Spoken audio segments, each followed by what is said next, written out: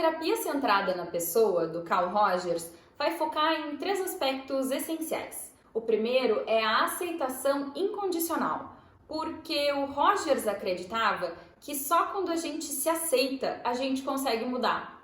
E o terapeuta expressa essa aceitação de si e do paciente para que ele também possa se aceitar. O segundo aspecto é a empatia, quer dizer, a capacidade de se colocar no lugar do outro, de sentir o que o outro está dizendo e de acolher esse sentimento.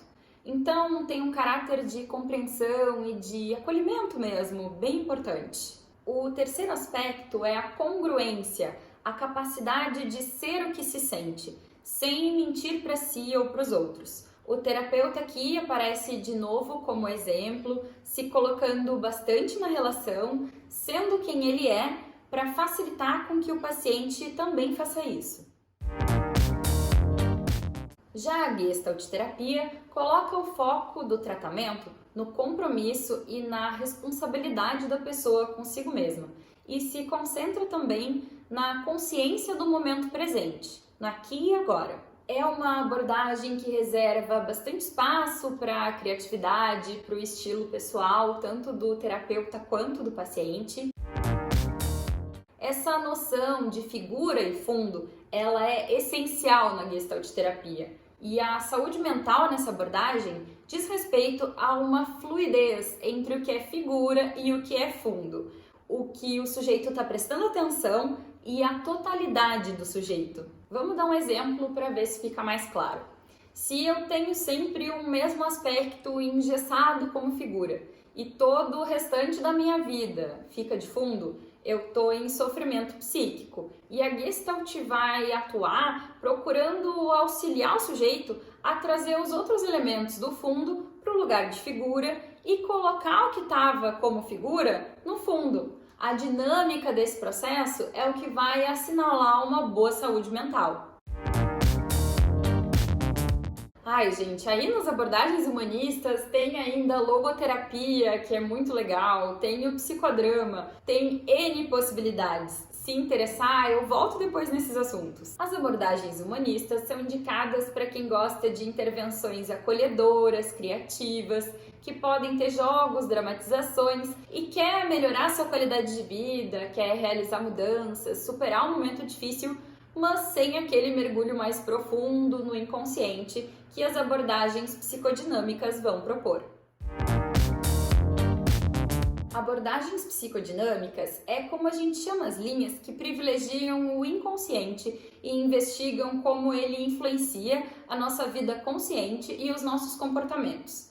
Quer dizer, elas vão colocar o foco na dinâmica, nas relações entre as partes do nosso psiquismo. Os principais expoentes da psicodinâmica são a própria psicanálise e a psicologia analítica. Então, hoje a gente vai falar um pouco sobre a abordagem psicanalítica em psicoterapia e na semana que vem a gente volta com mais sobre psicologia analítica junguiana. Pode ser? Muito bem, então vamos falar de Freud, o pai da psicanálise. Inevitável, né? Um dos grandes méritos do Freud foi a ousadia de colocar os processos misteriosos do psiquismo, as regiões mais obscuras, quer dizer, as fantasias, os desejos, impulsos, sonhos, esquecimentos, como o problema central da sua teoria. Então, o comportamento consciente é influenciado por essas forças, que são inconscientes e são conteúdos individuais. São vivências do sujeito, subjetivas, sejam elas reais ou imaginadas.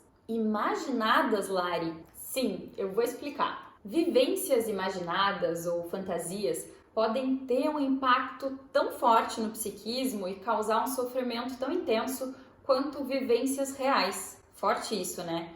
Um exemplo para a gente tentar visualizar. Eu posso não ter sofrido um abandono real quando eu era pequena, mas se eu vivia constantemente essa angústia, ou se eu vivi alguma situação que me impactou muito nesse sentido, porque meus pais não me deram atenção adequada, porque foram muito negligentes comigo, o psiquismo registra isso como uma experiência de abandono de fato.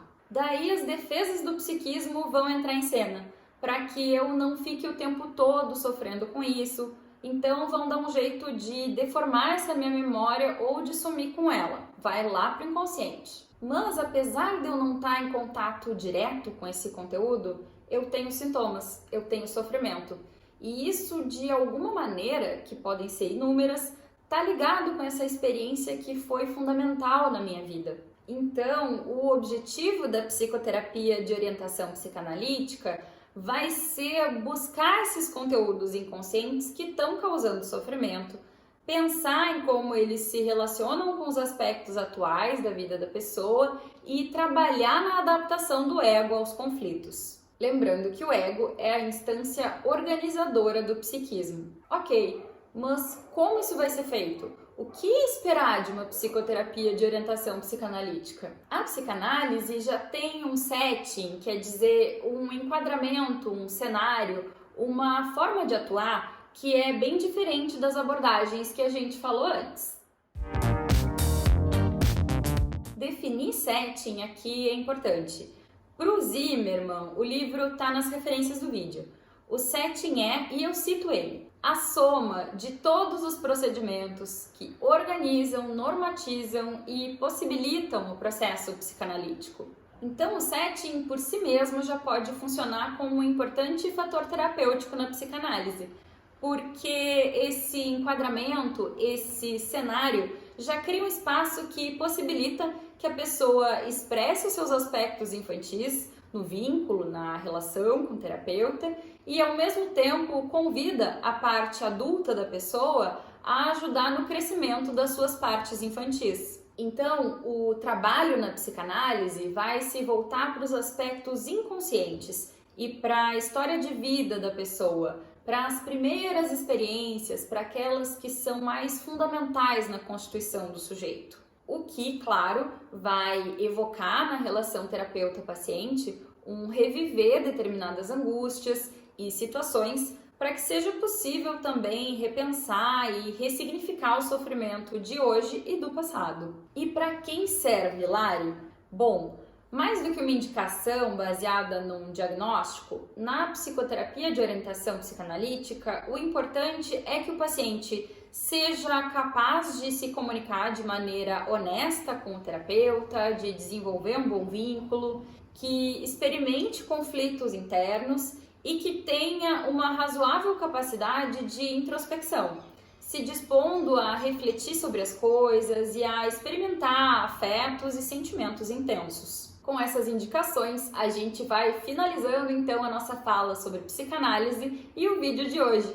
Mas antes eu gostaria de reforçar a importância de escolher uma abordagem terapêutica que faça sentido para ti, que corresponda mais ou menos com as tuas expectativas, porque assim a gente se motiva mais no processo e a nossa parte é muito importante no processo terapêutico. E eu te espero na semana que vem para a gente falar sobre a psicoterapia na abordagem analítica junguiana. Beijo da Lari, se cuida!